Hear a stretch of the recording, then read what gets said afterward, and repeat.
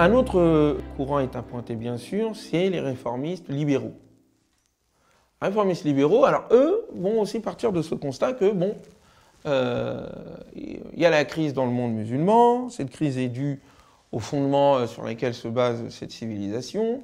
et eux vont faire un diagnostic différent des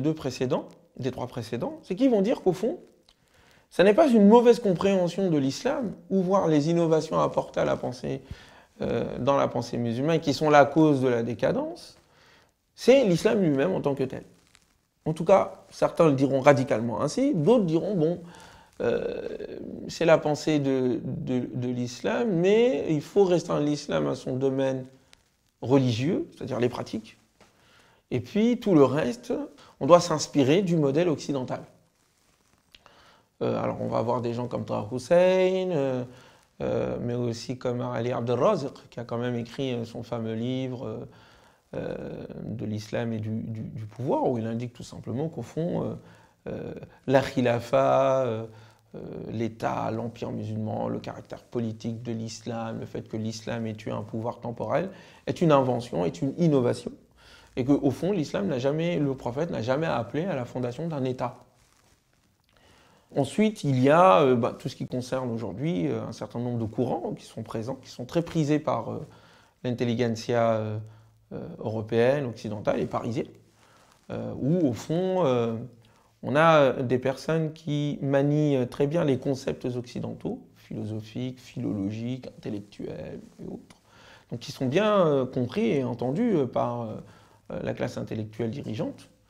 Mais ils sont complètement inaudibles au sein de la masse musulmane. C'est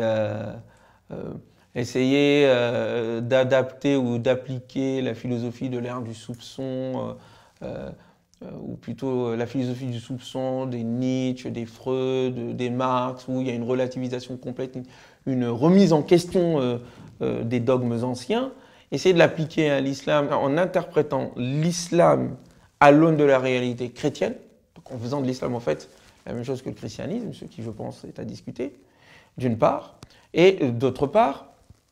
en confondant l'islam en tant qu'idéal, au sein de la révélation, qui est susceptible de produire une réflexion neuve, avec ce que les anciens ont produit. C'est-à-dire, les libéraux ont la même conception que les traditionalistes, en fait, sauf que les traditionalistes, ce sera pour s'y confondre, s'y fondre et s'y conformer, alors que les libéraux, ce sera pour dire, vous voyez, c'est une religion comme les autres, aujourd'hui on est à l'ère de la modernité, il faut évoluer, il faut s'adapter, un peu le discours que les gens de gauche ou les laïcs pouvaient tenir contre l'autre camp, traditionnaliste, de l'ancien régime, voilà, en les traitant de bigots et autres. Et donc ils ont besoin de dire que l'islam au fond est semblable au christianisme qui avait une église. Et qu'on a besoin en fait de transposer dans le monde musulman les schèmes qui existent dans le monde occidental, quitte à forcer un peu la réalité. Là aussi, à mon avis, tous ces courants que je viens de citer ne dépassent pas les cadres en fait. Ils sont toujours dans le même cadre. Soit on est pour, soit on est contre. Mais c'est toujours dans le même cadre d'une part, et d'autre part, ils sont toujours dans l'imitation soit de l'ancien, en indiquant que cet ancien est indépassable, et donc il suffit pour retrouver la grandeur de l'appliquer tel quel, en faisant quelques petites adaptations de façade, ou en indiquant que l'ancien est la limite, elle aussi, de la portée de la révélation coranique, et donc il faut la dépasser. L'un pour s'y confondre, l'autre pour la dépasser, et tout enlever.